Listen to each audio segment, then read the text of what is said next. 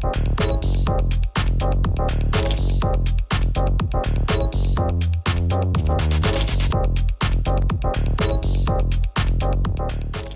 sou Fernanda Santana e começa agora o podcast da Rádio Costa do Sol, com patrocínio da Prolagos e da Ingeluz. O Pod Costa hoje recebe o ator Daniel Eriksson, nascido na Suécia e criado em Cabo Frio e no Rio, que integra o elenco do filme Ainda Estou Aqui, dirigido por Walter Salles. A produção brasileira fez história ao conquistar o Oscar 2025 de melhor filme internacional. Um feito inédito para o nosso país. Seja muito bem-vindo ao Pod Costa. Eu agradeço, Fernanda e equipe. É um prazer estar aqui com vocês, falando de arte, falando de cultura e falando do Ainda Estou Aqui. Daniel, antes da gente falar da sua trajetória como ator, eu queria que você contasse um pouco essa história, meio gringo, meio brasileiro. Como é que você veio parar com a sua família aqui em Cabo Frio? Essa é uma história que começa lá na década de 80. Eu sou de 87. Nascido na Suécia, na cidade de Helsingborg, ao sul da Suécia. Meu pai era sueco e minha mãe é brasileira. Meu pai conheceu minha mãe aqui no Brasil e se encantou. Apaixonado pelo Brasil, lá nos idos da década de 80, quando a gente ainda não tinha um excesso de informação, então o Brasil era um lugar muito misterioso, né? E ele veio para cá sem muita informação prévia, né? Ele veio para arriscar de conhecer um novo lugar. E aí se conheceram, voltaram para lá eu nasci e fizeram a escolha de vir para cá. E eu tinha aí, nem 2 anos de idade eu tinha nessa época, né? Então, desde o princípio, desde o nascimento, aí uma família multicultural, essa mistura improvável, né? Mas muito interessante, né? A bossa brasileira com o rigor sueco, né? Então foram idas e vindas, né, nesse curso. Eu tenho hoje 38 anos de idade. Foram muitas idas e vindas. Além de Brasil e Suécia, eu viajei bastante, viajei pelo mundo a trabalho. E há 12 anos atrás eu decidi voltar para o Brasil, né? Foi quando eu iniciei meus estudos no teatro. Voltei para o Rio de Janeiro, né? Estudei numa instituição chamada CAL, Casa de Artes de Laranjeiras. E há 3 anos atrás eu escolhi voltar para Cabo Frio, né? Eu me reconheço muito aqui na região, sair para pescar ali, um carapicu, um xerelete ali na Praia do Forte, mergulhar, nadar, pé na areia, sabe? Chegar em casa com o pé cheio de areia e ver que o piso da sala começa a ficar areado, sabe? Essas coisas me são familiares, né? Então eu me sinto acolhido, me sinto em casa, e desde que voltei a gente tem lutado por isso que é o fazer cultural, né, na nossa região também. E Daniel, você falou, né, que há 12 anos você veio, foi para cá para poder estudar. Você chegou a tentar seguir outra carreira antes da carreira de ator, ou desde a infância foi algo que você percebeu que era o seu caminho dentro da atuação, da cultura? Não, definitivamente não. Eu não sou um desses casos que desde a infância sabia que seria esse o caminho. Eu primeiro fiz comunicação social, fiz publicidade e propaganda. Antes disso eu fui jardineiro, eu trabalhei com a Ilha do Japonês, na época, tinha uma travessia que era feita de barco, então eu era um remadorzinho ali que atravessava as pessoas. Era uma espécie de Uber náutico que eu fazia, né? Muito pioneira na época. Então, assim, eu comecei a fazer muitas coisas, eu joguei bola, eu fui jogador de futebol até os 16 anos de idade. Prestei concurso para o Colégio Militar. Eu estava investigando a vida, eu sempre fui muito curioso em relação às possibilidades humanas, né? A gente pode ser tanta coisa que para mim era muito difícil me fechar numa ideia naquela altura da vida. E aí estava trabalhando fora do Brasil esse período, né? Que eu falei que eu morava na Suécia e viajava também trabalhando. Eu morei em 14 países, né, no total, então foram muitas viagens num período ali de uma década da vida. E aí quando voltei para o Brasil, o meu irmão tinha tido a ideia de iniciar os estudos dele. Meu irmão também é artista, é músico e ator. E ele me fez o convite, ele falou, olha Dani, eu acho que você pode gostar disso aqui, é legal. E eu nunca tinha tido contato com uma leitura de dramaturgia, o consumo convencional, né? Assistir filmes, séries, isso, mas nunca vislumbrei essa ideia de fazer. Mas decidi experimentar e foi quando tudo, Fernanda, de alguma maneira, toda essa experiência heterogênea de vida fez sentido, porque me nutria, né? A gente trabalha com a nossa matéria-prima no teatro, na interpretação, é a vida humana e suas possibilidades, né? As diferentes possibilidades de viver uma vida, né? Em suas emoções, em seus dramas. E aí fez muito sentido e eu me encantei com aquilo muito rapidamente. Então foram alguns anos ali de estudo, né? E depois logo eu embarquei na carreira e agora eu sei que é isso que eu vim aqui ao mundo para fazer, né? Essa é a palavra que eu vim dar no mundo, mas isso eu descobri empiricamente. Daniel, a gente vai falar um pouco do cinema, né, na sua trajetória, mas antes disso eu queria voltar um pouco lá atrás e a princípio você foi mais para o teatro ou começou a fazer testes para a TV?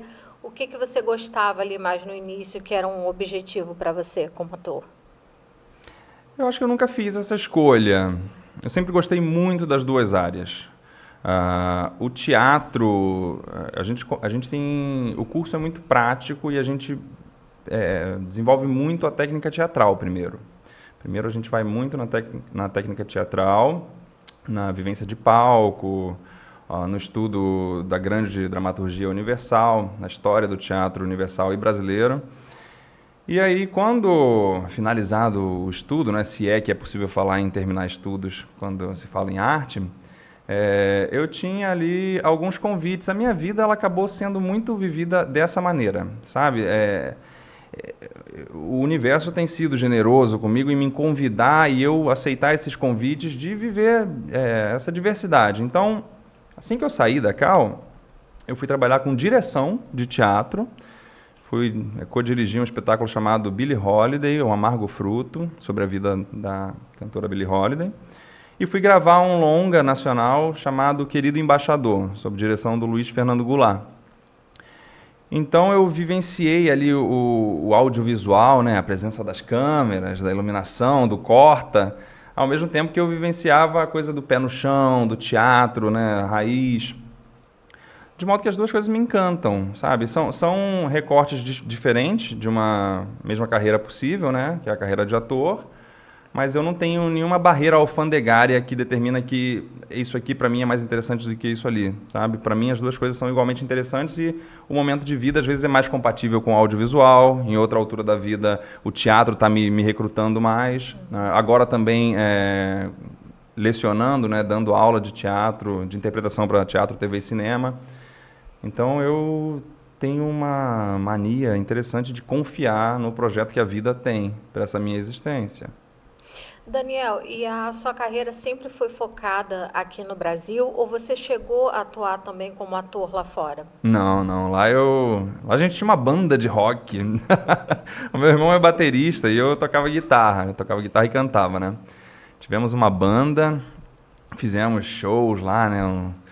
Na cidade, lá tem uma efervescência cultural, uma facilidade de você agendar um show. É um país que tem uma promoção cultural bem estabelecida, né? Então, mas era mais uma coisa juvenil. Eu não encarava aquilo como uma profissão. Era uma coisa que eu gostava de fazer. À parte, eu fazia meus estudos, eu tinha o meu trabalho, né? Então era uma coisa, um autocontentamento, como que um hobby, né? Se a gente puder falar assim.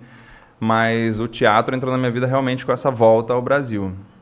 Aí você falou um pouco dessa questão agora de também tá passando, né, para frente um pouco desse conhecimento todo que você adquiriu, que você está com as oficinas e com a aula com o Marcelo Pires. Eu queria que você falasse um pouco desse projeto também.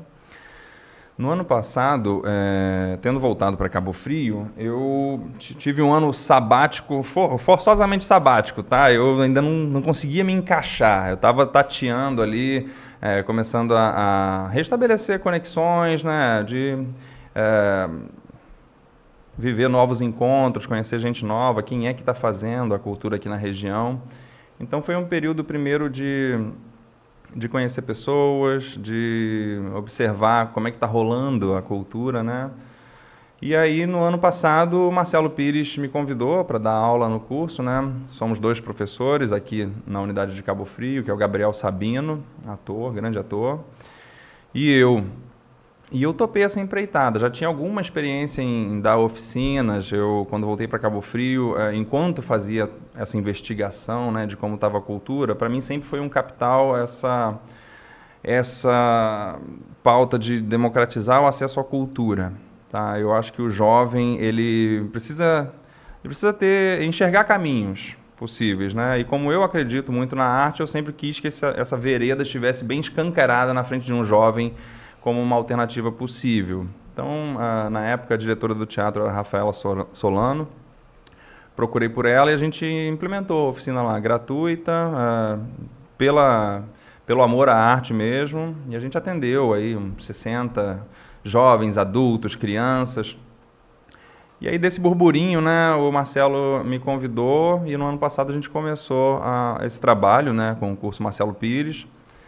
Muito, muito bonito, que acontece em Cabo Frio. A gente tem alunos de 5 anos de idade e literalmente 95 anos de idade. Então é uma faixa etária bem extensa, né? E aí eu tinha alguns alunos que iam daqui de Araruama para cursar lá com a gente. E aquilo me chamou a atenção. Eu falei, olha, vamos ver se a gente consegue também estabelecer um ponto lá em Araruama.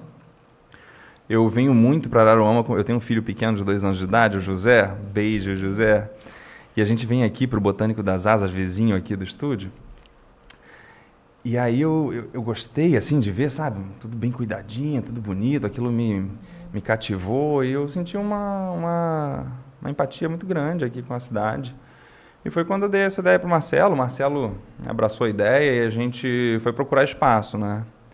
E aí encontramos no nosso caminho, como eu tenho encontrado muita gente maravilhosa no meu caminho, o Vinícius e a Joyce, lá do Beat Dance, né? Já sei que são figuras aqui bem conhecidas de vocês, que nos acolheram aí de uma forma tremenda, sabe? Um amor imenso e uma vontade de efervescer a cultura nas suas diversas formas de expressão, né? Eles lá são uma academia de dança com diversas modalidades e agora a gente tem também essa possibilidade, né? De quem quer se experimentar no teatro, na interpretação para TV e cinema, pode estar lá com a gente.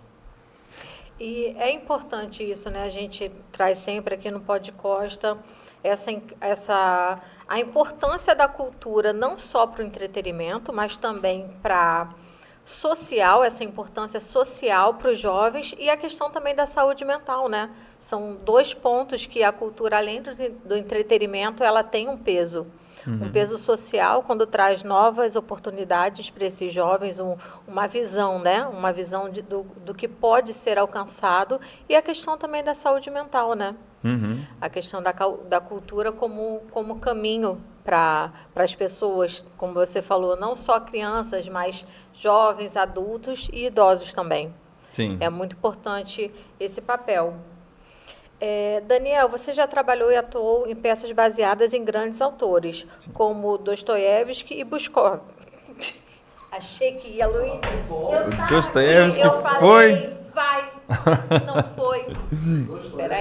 Peraí. Dostoiévski e é porque eu cismei com Bus, não com Bukowski. Dostoiévski e Bukowski. Agora vai, Luiz, bota aí. Bukowski. Não, sair rápido vai ficar rápido. Bukowski. Daniel, você já trabalhou e atuou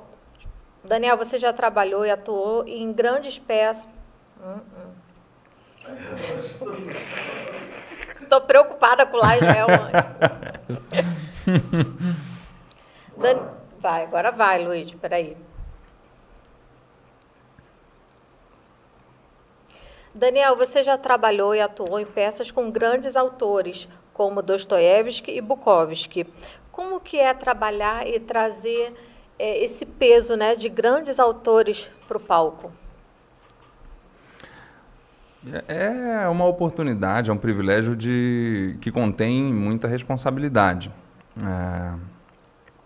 Quando a gente lida, como eu falei, que a gente dirigiu Billie Holiday, com biografias, efetivamente com figuras históricas que existiram, né? E por algum motivo a gente considera que naquele momento vale a pena resgatar essa memória mais uma vez. vem uma responsabilidade muito grande porque as pessoas têm uma referência de quem são aquelas pessoas, né? Hoje em dia, com a internet, você busca imagens, entrevistas, então a gente busca ter uma fidelidade em relação àquilo que já existe de conhecimento comum, né, daquela pessoa. Dostoiévski não, Dostoiévski é um autor, eu estou trabalhando atualmente um texto dele que chama O Sonho de um Homem Ridículo, é um monólogo, uma peça solo que eu fiz adaptação, estou fazendo a direção e atuando. Ele é mais estudado no campo da literatura do que do teatro, né? Eventualmente surgem aí adaptações para o teatro porque são textos muito ricos, né? Um grande nome da literatura universal. Então, eu penso que quando um artista se depara com uma obra que toca intimamente em algum ponto da necessidade de criar, é aí que a gente tem um acordo, né? Dostoiévski, me dá licença, eu vou me apropriar do seu texto porque eu acho que essa mensagem que você quis dar ao mundo lá em 1877 continua relevante até hoje. Então, a gente faz um trabalho de pesquisa, um trabalho de referências, para evitar qualquer anacronismo, tem que pesquisar que tipo de música rolava na época, como era a vestimenta, como eram os hábitos alimentares, de comunicação, como é que estava o mundo ali, né, naquele período. Então, quando a gente retrata a vida de alguém, ou quando a gente fala de um período da ditadura, como é o caso do Ainda Estou Aqui, é meticuloso o trabalho, é um trabalho arqueológico, né, para a gente não deixar nenhum ponto falho. E entrando já no assunto do filme ganhador do Oscar, eu queria que você falasse como foi ser dirigido, né, por Walter Salles, porque quando a gente fala com atores, né, essa questão da direção, do peso dessas direções, é uma coisa que marca na carreira, né? Se torna ali um marco na carreira de um ator. Walter Salles é um sujeito genial, uma direção elegante, um trato com toda a equipe de uma absoluta coerência e gentileza. Quando eu li o roteiro pela primeira vez, eu já estava escalado para o papel, e aí eu estava num táxi indo da rodoviária para o set, onde a gente ia realizar a leitura ainda, não íamos gravar. E aí foi quando eu recebi a ordem do dia, a gente chama assim, né, que é o que vai ser feito durante aquele dia, né? Então, aí que eu soube que era Walter Salles, Fernanda Torres, Selton Mello e grande elenco, né? Eu não vou deixar... Se eu falar mais nomes, eu acabo esquecendo alguns, então... Fernanda Torres, Selton Mello, Walter Salles e grande elenco, né? Então, veio um assombro positivo, né? Walter Salles tem uma filmografia impecável, né? É um xodó do Brasil, um camarada que fez coisas importantíssimas. Então, maior honra e um privilégio, né? Num processo seletivo que nessa carreira, e talvez em qualquer carreira, né? Tão duro, sabe? Tem tanta gente boa fazendo o que eu faço. Então, quando eu sou escalado, né, o teste, milhares de pessoas fazendo o teste, né? Então, se eu sou escalado, vem uma responsabilidade, certo frio na barriga, né? Mas com uma vontade de fazer, sabe? Como aquilo já é um grande elogio ao que você tem feito, ao seu esforço, aos seus anos de estudo, ao apoio da sua rede de apoio, sabe? Da sua família, das pessoas que... Cara, quem fica com José para eu ir lá fazer o meu ensaio? José é meu filho. Quem me cobra aqui para eu poder fazer essa leitura? Muitas vezes o processo artístico é um processo que ele não é convencional, assim, não é aquela coisa que eu saio de casa e volto com o pão de cada dia. Às vezes eu estou só plantando e a colheita vem lá na frente, né? Então, é possível que algumas pessoas não compreendam isso. Então, eu me sinto afortunado de ter uma rede de apoio que entende essa parte da minha carreira, né? Que uma hora eu estou ali participando de um filme que a gente ganha um Oscar, outra hora eu estou fazendo um monólogo de Dostoiévski e outra hora eu estou na pracinha com meu filho e isso dura meses, tá? Isso dura meses, são safras, né? E entre safras Mas voltando à sua pergunta, né, Walter Salles, assim, uma recepção. Eu não tinha uma ideia formada, né, dele, da pessoa Walter Salles, só do diretor Walter Salles, né?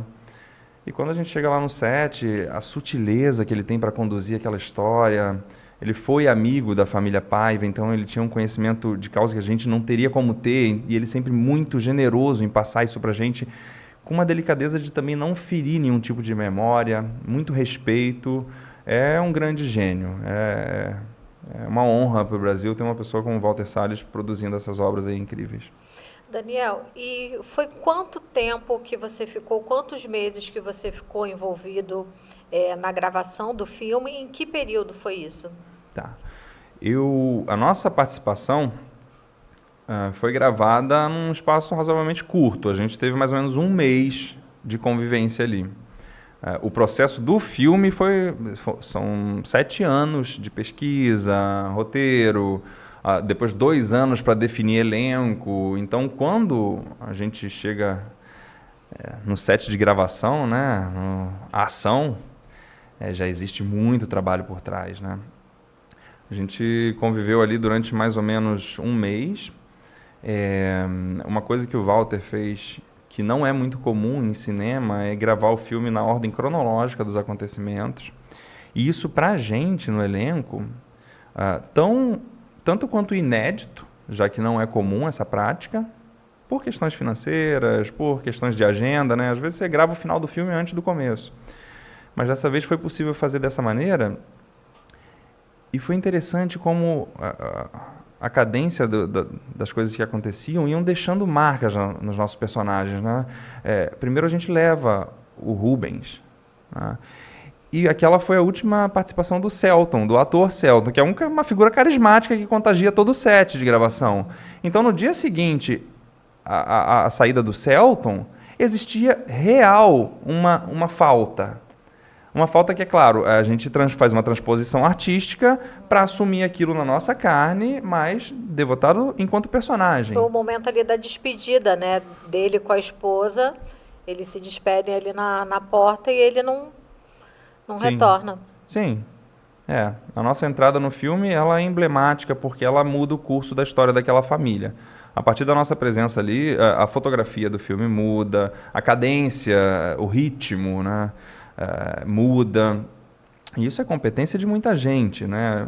É muito comum a gente, na minha profissão, de ser atribuído o mérito ao ator, à atriz, mas tem muita gente trabalhando por trás disso, né? Tem o diretor de ator, tem o preparador de elenco, câmera, todo mundo que está no set está muito envolvido. Então, a gente está exposto porque a gente está no lado da frente da câmera, né? Mas tem muita gente trabalhando e é isso que a gente sente. Quando você entra no cinema para assistir Ainda Estou Aqui, você é abduzido. Você é abduzido desde a primeira imagem. Porque todo mundo que trabalhou dedicou ali, assim, a gente buscou honrar a memória dessa família, a memória desse país, né? E buscou também, eu penso que a arte é sempre de vanguarda. Sempre a gente está com um olhar adiante. Apesar de estar retratando um período que já se passou, né? É porque a gente considera que hoje é importante olhar para aquilo como um espelho retrovisor para ir adiante, né? Então, apesar de ser um filme que passa numa época anterior à nossa, eu penso que ele é olhando para frente. Daniel, eu queria saber como é que foi a sua preparação pro personagem, que faz parte ali como se fosse do núcleo vilão, né? Quando a gente bota numa linguagem popular ali o núcleo vilão do filme, eu queria saber como é que foi a sua preparação para se tratar de um tema tão pesado, né? Quando a gente fala com relação à ditadura, todo esse período histórico. Essa é uma pergunta muito interessante, porque existem métodos, técnicas de atuação, e existe a pesquisa e o repertório pessoal de cada indivíduo artista, né? Eu costumo dizer que estudar história nunca faz mal a ninguém, faz bem, né? Então, naturalmente, já conhecia o período, essa mácula na história brasileira recente, foi o período da ditadura, né? e não conhecia especificamente o caso Rubens Paiva. Então foi primeiro um aprofundamento dentro dessa história, já no set com a galera. A gente estava pesquisando isso juntos ali, lendo, fazendo a leitura do texto, ouvindo as considerações da direção, da assistência de direção. E no dever de casa, né, lendo, estudando, pesquisando. E aí vem a importância que eu atribuo à arte, né? A gente tem ainda um processo de educação que pode ser, às vezes, maçante para um jovem, né? De pegar para ler um Machado de Assis, talvez antes de se encantar por isso, de fazer pela obrigação, então de ler sobre a ditadura e considerando só aquilo, é uma leitura às vezes repugnante, né? Então, mas não é repugnante você ouvir uma música de Raul Seixas, sabe? Eu sou a mosca que pousou na sua sopa. E a arte, ela vai passando, ela vai permeando como uma fonte que busca o mar. E, sabe, a gente tem músicas, a gente tem um período rico, artisticamente falando, de artistas que foram exilados. Tiveram que buscar exílio em pátrias que não são as deles, né? E essa persiste. É muito mais acessível, eu penso, para um jovem ouvir, por exemplo, um repertório de músicas que foram compostas durante o período da ditadura para entender aquilo do ponto de vista da arte sobre aquilo, do que pegar, talvez, um livro de história fatídica para ler. Eu não estou... não é excludente, é complementar, né? É convergente. Eu acho que a arte ela pode convidar o jovem a pegar, sim, um livro de história para ler, mas ouvindo Eu Sou a Mosca. Que mosca é essa que pousa na sopa? Que sopa é essa que eu estou tomando? Estou me nutrindo, me sinto culturalmente nutrido, alimento, né? Tenho escola, mas vem uma mosca pousar na minha sopa, vem uma mosca censurar a arte que quer falar das coisas pertinentes, vem uma mosca que quer voltar para um passado que não faz o menor sentido. Então, eu acho que a arte tem esse grande poder e o artista tem essa gostosa responsabilidade de se aliar às causas sociais, como você falou, políticas, educacionais. Eu acredito nisso. Não sei como eu cheguei nisso, Fernanda, mas ebuliu aqui. Daniel, e assim, Sim. a gente, como você falou, você já tinha um conhecimento prévio, um conhecimento histórico, né, que a gente estuda com relação àquele período histórico, mas depois do filme, teve alguma coisa que mudou na sua visão ou abriu ainda mais os seus olhos com relação a alguma coisa? Com relação à parte política, à parte do desenvolvimento da sociedade, da visão da sociedade sobre o que aconteceu? Eu posso responder isso de uma maneira pessoal, porque eu acredito que quanto mais pessoal, mais universal, né, pela identificação. Ver a aclamação do povo brasileiro em relação a uma obra de arte, para mim já é essa a resposta. As pessoas, nós tivemos a honestidade de olhar para uma mácula do passado representada por uma família. Se a gente abordasse a ditadura como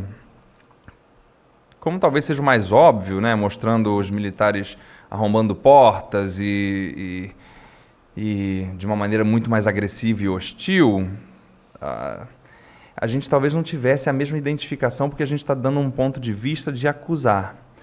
Aqui no Ainda Estou Aqui, a gente se projeta porque é uma família. Então, o início do filme, ele é cheio de doçura. Tem o Rubens Paiva ali, representado pelo Celton, que é um pai carismático, um pai presente, um pai interessado. A figura da Eunice, um casal que está apaixonado. Os filhos que têm os seus mais variados sonhos de vida. Então é fácil eu me colocar ali, naquele lugar, o lugar de... Nossa, que vida gostosa que a gente está vivendo. O que poderia assorear essa nossa vida?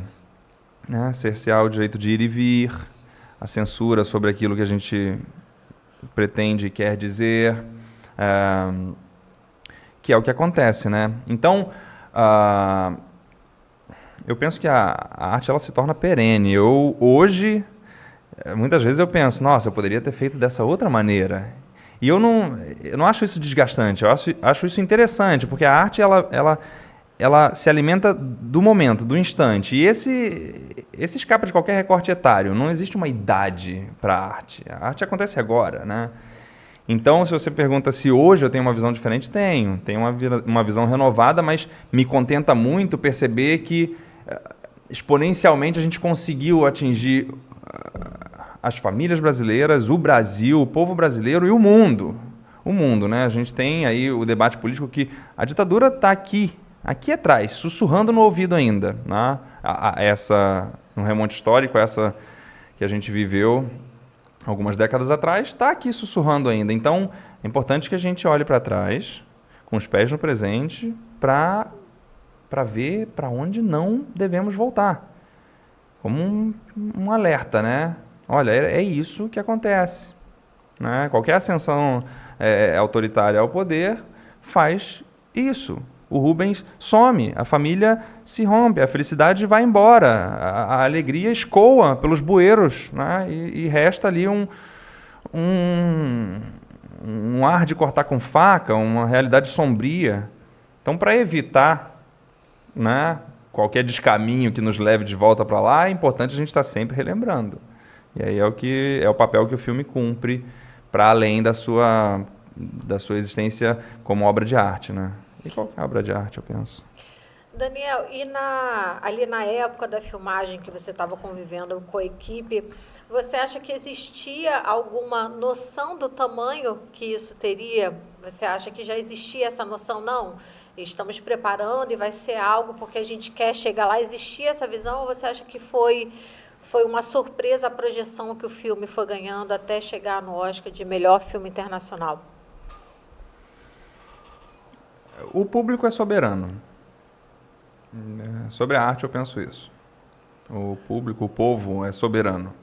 A gente faz o nosso trabalho, a gente faz com esmero, com dedicação, a gente se aprofunda, sabe? Muitas vezes se desgasta emocionalmente para dar vida àquilo, mas quem determina o sucesso ou não é o público.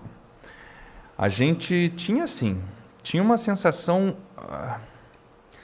Tinha uma sensação velada, silenciosa, não era conversado isso. Mas a gente sentia que estava sendo feito alguma coisa importante.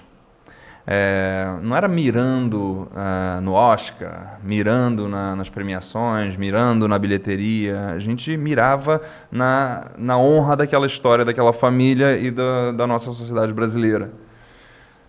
Então, era uma sensação de responsabilidade muito grande. Não sei se passava pela nossa cabeça, né?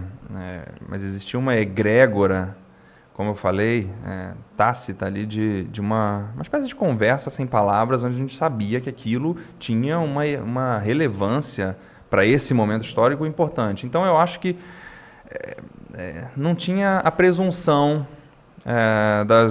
da aclamação, mas tinha assim uma dedicação absoluta, porque sabíamos da importância, né, da obra.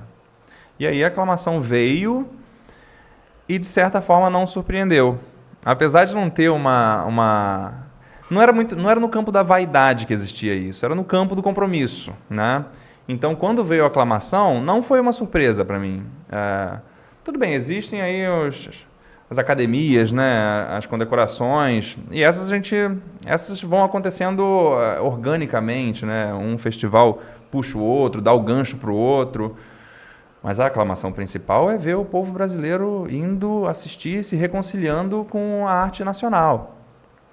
Agora a gente está em cartaz aí tantos outros filmes, né? Acabei de assistir o Vitória com a Fernanda Montenegro e as salas estão lotadas. Então, essa é uma baita de uma estatueta, Fernanda. Ver o povo fazendo fila para assistir cinema nacional, né? A gente que tem ainda um pouco dessa síndrome de o que vem de fora nos apetece, e a gente, né? A gente talvez... É legal ver essa restituição do amor próprio, né, da arte brasileira. Daniel, e o povo brasileiro ficou com um gostinho de quero mais com a Fernanda Torres, né? No dia, o Brasil todo assistindo, como a gente estava conversando no bastidor, no meio do carnaval, mas estávamos todos naquela expectativa. Claro, a gente ficou muito feliz, mas a gente ficou naquela expectativa com relação à Fernanda Torres. Eu queria que você falasse um pouquinho da Fernanda Torres, da visão que você ficou com ela com relação à parte profissional, nas gravações. Ai, Fernanda, olha, eu fiquei com esse gostinho também de, rapaz, não era para ter sido, né? Mas, ai, Fernanda, assim, que prazer na minha vida, como eu falei, né? Minha vida tem sido generosa nesse sentido, eu encontro pessoas maravilhosas, nunca tive ninguém contra mim no meu caminho, né? E muitos encontros enriquecedores. Fernanda, essa primeira vez que eu entrei lá no set, a gente ia fazer a leitura e estava lá a Fernanda tricotando ou fazendo um crochê, eu não lembro exato, né? Mas a gente conversando sobre os assuntos mais triviais. Eu trouxe marmita. Porque a gente ia pedir o almoço do dia, né? Quer pedir? Aí pega ali o cardápio. Ela, não, eu trouxe minha marmita, eu sou marmiteira. Eu gosto de trazer marmita, eu gosto de cozinhar. Aí a gente começava a conversar sobre lentilha, sobre arroz e como que se prepara os diferentes de comida, né? E isso desmistifica a figura que a gente cria antecipadamente muitas vezes do que é um artista, né? Como se a gente colocasse em cima, no alto de um pedestal, aquela pessoa, um intocável. E não, ela ali, sabe, na conversa do dia a dia, e com uma capacidade de concentração e observação, e uma capacidade de contagiar as pessoas com as boas ideias próprias e também de se permitir, né, com todo o percurso de uma trajetória artística ímpar, e se permitir contagiar por alguém que talvez está gravando o primeiro filme, né? Talvez... sabe, um trato com todas as pessoas do set de gravação muito, muito igual, sabe? Não é se dirigir ao Walter Salles da mesma maneira que se dirige à pessoa que serviu o café, a pessoa que veio recolher o lixinho do banheiro, sem distinção. Eu acho que isso é o que faz a pessoa ser tão profícua artisticamente, sabe? A Fernanda é capaz de transitar do drama para a comédia com uma facilidade que só pode ser justificada por alguém que não tem preconceitos em relação ao que é a vida humana, ao que é a possibilidade de existência de todo e qualquer ser humano. Quais são os valores importantes para essa pessoa? Porque eu acho que é aí que a gente se une. Não é exatamente no que está sendo feito ou nos gostos, na compatibilidade de gosto, é muito pela compatibilidade de valores de vida, de virtude, né?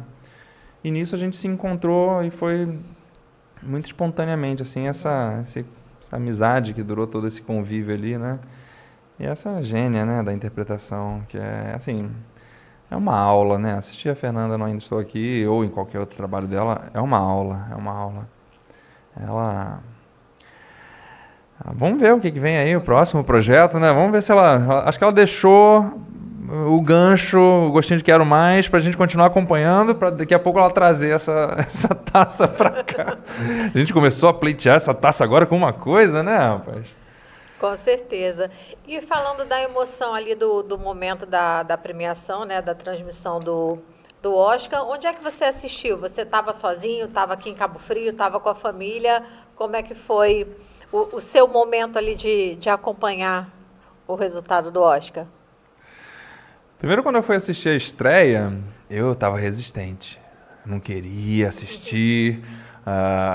Minha esposa falou, vamos na primeira sessão. Era 13h, era a primeira sessão. E a gente foi. E aí... Nossa, que delícia que foi, né? Ver aquele... Ver a coisa toda, né? A junção de todas as partes. E aí vieram as premiações e, por fim, o Oscar, né? A gente reuniu uns amigos, né? Eu tava em pleno carnaval. Eu tive que... galera, não... Eu sei que você quer ir pro bloco, eu sei que você quer assistir mas vamos assistir o anúncio aí, né? Não é toda hora que isso acontece. E aí reunimos alguns amigos, alguns familiares e ficamos ali. acompanhando categoria a categoria e pesquisando quem é essa pessoa que ganhou, porque são muitos setores, né? Acho que ano que vem ainda tem mais setores, que é um que eu acho muito importante, que é a pessoa responsável pelo casting, né? Que é a pessoa que escolhe, né, o elenco. Eu acho que é determinante para o sucesso ou não de uma obra, né? No nosso caso foi a Letícia Naveira que fez esse trabalho. E aí vibramos quando eles anunciam em inglês, né? I'm still here. Então quando você ouve o I'm still, já dá para comemorar. Aí foi uma gritaria, o cachorrinho pulando, as crianças já dormindo, e a gente tinha que gritar, mas silenciosamente, né? Então era berros de alegria não audíveis para não acordar as crianças. Foi mal barato, foi mal barato. Amanhã seguinte também, e até hoje tem assim esse torpor assim de participar de alguma coisa, né? Não por ser eu, Marcelo. Eu acho que os jovens, eles merecem ter referências, sabe? Pessoas que inspirem. E não importa que seja eu nesse momento, que seja outro no outro momento. O importante é que haja, né? E para haver é preciso que hajam obras relevantes, né? Que levem as pessoas ao cinema, a uma exposição, a uma dança, né? Qualquer área artística. Porque aí esse jovem, ele chega lá, ele vê, ele pensa, nossa, que legal isso, que legal dizer isso sobre a vida desta forma, que legal. Como você falou, né, a questão da saúde mental também, a gente vive um período de uma sociedade amplamente ansiosa, e que enxerga talvez muita coisa e às vezes tem que optar por uma só, então isso gera também uma angústia de decisão, né? O que é tomar uma decisão hoje para um jovem que aparentemente, diante de uma rede social, pode ser qualquer coisa, quando essa não é exatamente uma verdade, né? Existem os caminhos. Então, eu acho que a arte tem essa possibilidade de mostrar que resultados requerem processos que antecedem esses resultados. Premiações dependem de resultados, que dependem de processos, que dependem de estudo. Então, assim, da gente se reconciliar, e aí eu estou falando diretamente para os jovens, da gente promover para os jovens a possibilidade de se reconciliar com um tempo de fazer que é quase agrário. Um tempo agrário, que as coisas... Existe o plantio, existe o tempo de brotar, de nascer, de dar fruto e de colher, né? Eu acho que a sociedade está sofrendo com um imediatismo brutal que impede a gente, às vezes, de pensar assim, como que alguém dedicou décadas para pintar uma Capela Sistina? Décadas. A gente quer fazer uma arte para daqui a pouco, e isso não existe. Não existe arte para daqui a pouco, né? Eu acho que... você vê que a coisa vai indo e eu não sei, quase não lembro mais da pergunta, mas por algum motivo eu cheguei nisso. Daniel, você falou já da questão das aulas de teatro, da peça que você está produzindo, do monólogo. E com relação ao cinema, tem uma perspectiva aí de no futuro, tem vontade de estar de novo no cinema brasileiro? Quais são os planos? Sim, estarei. Estou disponível ao cinema brasileiro, estou disponível ao teatro brasileiro. Como eu falei anteriormente, é uma profissão que tem, eu vou chamar de entre safras. Apesar de eu considerar esse tempo entre por exemplo, um filme e outro, um tempo rico também, né? Eu acho que o lado que muitas vezes é visto como o lado difícil da profissão, que é você não estar gravando, não estar no set, também pode ser um lado muito bom. Um lado onde você tá improvisando na vida, né? Então, de vez em quando, a vida me convida a fazer, sei lá, emboçar um muro, sabe? Trocar um encanamento, né? São coisas que enriquecem tanto quanto qualquer processo, desde que a gente tenha uma mente aberta para aquilo. Sim, tenho feito algumas participações também em novela. Gravei um curta-metragem recentemente, aqui mesmo na região, um diretor chamado Rodrigo Sena.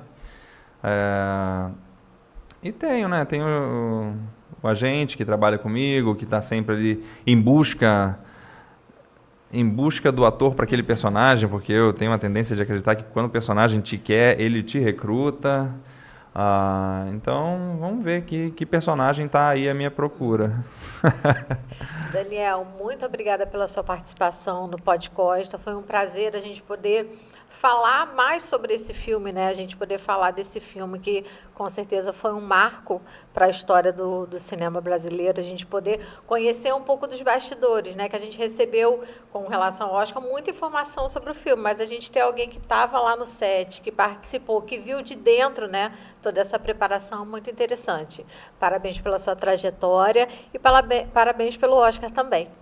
Fernanda, muito obrigado. Para mim é sempre uma alegria poder falar disso. E fica aqui o convite para quem ainda não assistiu o filme, corre para o cinema, ainda está em cartaz. E para os jovens, se me permite, eu deixo aqui o convite, se sentir tocado a experimentar o teatro, a interpretação para TV e cinema, vem aí procurar a gente, me procura aí nas redes sociais, procura o curso Marcelo Pires. A gente está aqui na região lutando para que vocês tenham essa possibilidade também. Daniel, muito obrigado. Obrigado. E fique de olho, porque toda semana tem episódio novo do Podcosta com patrocínio da Ingeluz e da Prolagos. Até o próximo episódio.